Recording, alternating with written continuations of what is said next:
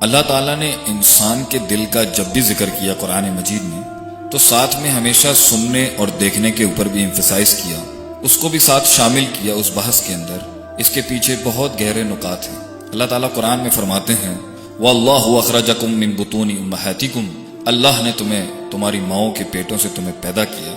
لا تعلمون شیئا، علم نام کی کوئی چیز نہیں تھی تمہارے پاس، جانکاری نہیں تھی، کسی چیز کا ادراک نہیں تھا، کوئی معلومات نہیں تھی، حق اور باطل کی اس وقت کوئی ایجوکیشن نہیں تھی۔ وَجَعَلَ لَكُمُ السَّمْعَ وَالْأَبْصَارَ وَالْأَفْئِدَةَ، پھر ہم نے تمہیں آنکھ دیے، کان دیے اور دل دیا، لَعَلَّكُمْ تَشْكُرُونَ، تاکہ اس سننے اور دیکھنے کے بعد تم اس دل کے ساتھ ایک ایسی سمجھ، ایک ایسا فہم، ایک ایسی فکر، ایک ایسا نظریہ بناؤ جس سے تم کیا کرو، لَعَلَّكُمْ تَشْكُرُونَ، اس امید کے ساتھ کہ تم اس میں سے ایک نیکی، پرہیزگاری، تقوی، عاجزی، انکساری اور عبادت کا عمل یعنی شکر جو اس کا ایک جز ہے، تاکہ تم اس شکر کو ادا کرو۔ آنکھ اور کان سننے اور دیکھنے کا انسان کے دل کے ساتھ ڈائریکٹلی تعلق ہے، اس لیے قرآن مجید، فرقان حمید، کتاب مبین، برہان عظیم انسان کے سننے اور دیکھنے کے اوپر بہت رہنمائی بھی کرتا ہے، تنبیہات بھی کرتا ہے اور انسان کو نئے نئے مشاہدات کی دعوت بھی دیتا ہے۔ لوگ کہتے ہیں کہ شاید ہم سائنس میں بلیو نہیں کرتے،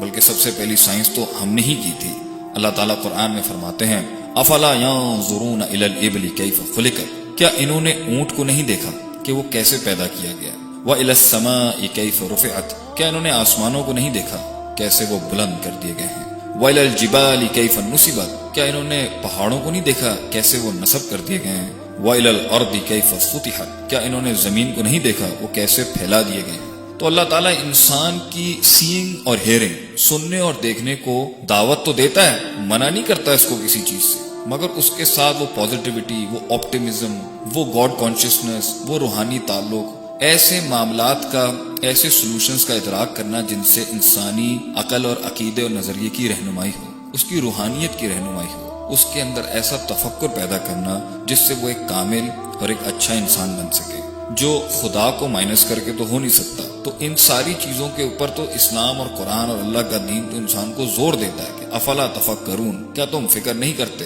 کیا تم تدبر نہیں کرتے، کیا تم تذکر نہیں کرتے، کیا تم نصیحت حاصل نہیں کرتے اللہ کی مخلوق کو دیکھ کے؟ لیکن ایسی نظر، ایسی سمجھ اور ایسا سننا جو انسان کو اللہ سے دور کر دے، جو انسان کو اپنے نفس کا یا لوگوں کے نفوس کا غلام بنا دے، اللہ نے اس کی سخت تنبیہ کی ہے، اس سے روکا بھی ہے، کیونکہ ایک بڑا اصول یہ ہے کہ سیکھے ہوئے کو انسیکھا کرنا آسان کام نہیں ہے۔ اس لیے ایک دفعہ وہ غلط الفاظ یا وہ غلط نظریات دیکھنے سے یا سننے سے دل کے اندر جا کے کہیں بیٹھ گئے یا گھر کر گئے، وہاں پہ دو ایسے دشمن پائے جاتے ہیں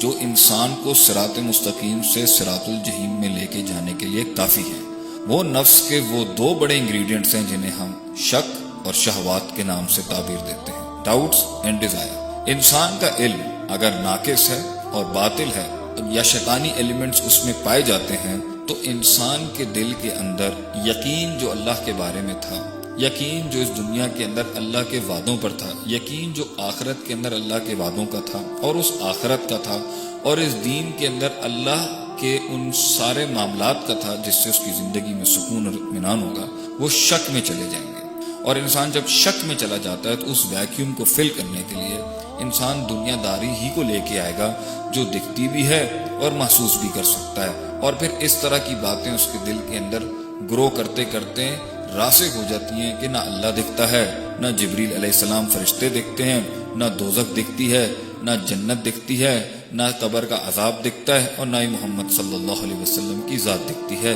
یہ سب قصے کہانیاں ہی ہوں گی۔ اور اگر انسان نے کسی غلط چیز کو کان دے دیے یا اس کی نظر نے ایسے نظریات یا ایسے افکار کی طرف یا ایسے ویژولز کی طرف نظر کر لی تو شکوک اور شبہات کی وادی میں اگر نہ گرا تو کہیں شہوات اور ڈیزائرز میں جا کے تباہ نہ ہو جائے، کیونکہ انسان کا دل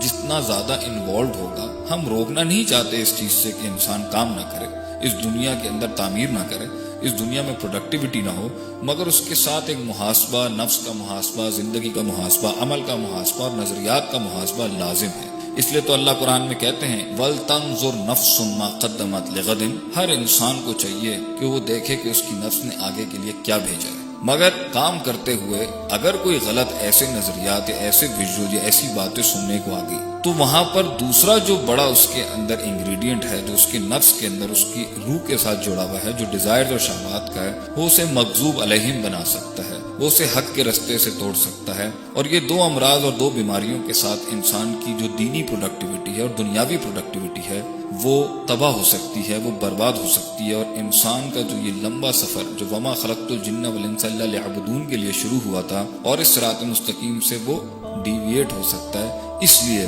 ہمیں اپنے خارج میں ایسی چیزوں کو پیدا کرنا ہے، ایسے معاملات کو پیدا کرنا ہے، ایسے نظریات کو پیدا کرنا ہے، ایسی چیزوں کو ڈیولپ کرنا ہے جس سے انسان کی روح اور اس کی اندرونی روحانی زندگی کی نشوونما ہو سکے، جس سے وہ ایک پازیٹیو آپٹیمسٹ انسان بن سکے، جس سے وہ ایک ہمبل عاجز اور انکساری کرنے والا اللہ کے ہاں اس کا عبد بن کے رہنے والا انسان بن سکے، لوگوں کی خدمت کرے، وضع الشیء علی موضعہ کے تحت ہر چیز کو اس کی وضع پہ رکھے، اس بیلنس اور اس ایکولیبریم پر آئے جہاں وہ انسان بنے اور اللہ کو اللہ کا حق دے اور لوگوں کو لوگوں کا، مخلوق کو مخلوق کا، حیوان کو ان کا اور اس کائنات کو اس کا، اور اس دنیا سے جب رخصت ہو تو اس دنیا میں پودے لگا کے گیا ہو، تربیت کے، تعلیم کے، پازیٹیوٹی کے، مثبت خیالات کے، روحانیت کے، اسپرچویلٹی کے، قرآن کے اور حدیث کے۔ اللہ تعالی ہمارے سننے اور دیکھنے کو اور ہمارے دل کے سمجھنے اور اس کی فکر کو،